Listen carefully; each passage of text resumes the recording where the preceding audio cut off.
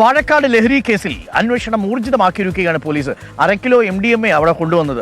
മുഖ്യപ്രതി ഷബീബിന്റെ mobile phone ശാസ്ത്രീയ പരിശോധനയ്ക്ക് വിധേയമാക്കും.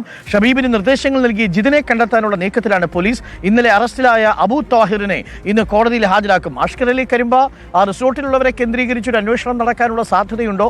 2 നടിമാർക്ക് വേണ്ടിയാണ് ഈ MDMA കൊണ്ടുവന്നത് എന്നാണ് ഇന്നലെ ഈ അബു താഹിർ കൊടുത്തിരിക്കുന്ന മൊഴി. അതുമായി ബന്ധപ്പെട്ട് കൂടുതൽ വിവരങ്ങൾ എന്തെങ്കിലും പുറത്തു വന്നിട്ടുണ്ടോ?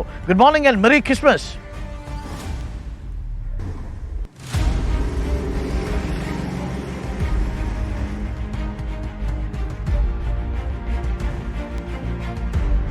Arun, good morning and happy Christmas.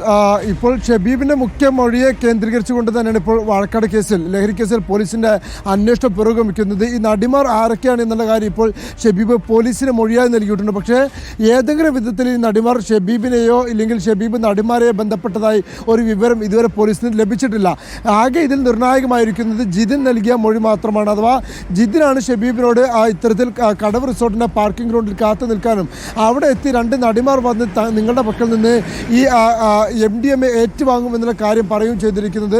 അതുകൊണ്ട് തന്നെ ജിതിനെ കണ്ടെത്തിയാലേ ഈ നടിമാരുമായുള്ള ബന്ധം അല്ലെങ്കിൽ സിനിമാ മേഖലയുമായി ഈ കേസിന് എന്തെങ്കിലും ബന്ധമുണ്ടോ എന്നുള്ള കാര്യത്തിലൊക്കെ തന്നെ ഒരു വിവരം സ്ഥിരീകരിക്കാൻ കഴിയും. അതുകൊണ്ട് ജിതിനെ തേടിയുള്ള അന്വേഷണത്തിലാണ് ഇപ്പോൾ പോലീസ് നിൽക്കുന്നത്. ജിതിനെ കണ്ടെത്തിയാൽ ഈ കാര്യങ്ങളിലൊക്കെ തന്നെ ഒരു വ്യക്തത വരും എന്നാണ് ഇപ്പോൾ അന്വേഷണ സംഘം സൂചിപ്പിക്കുകയും ചെയ്യുന്നത്.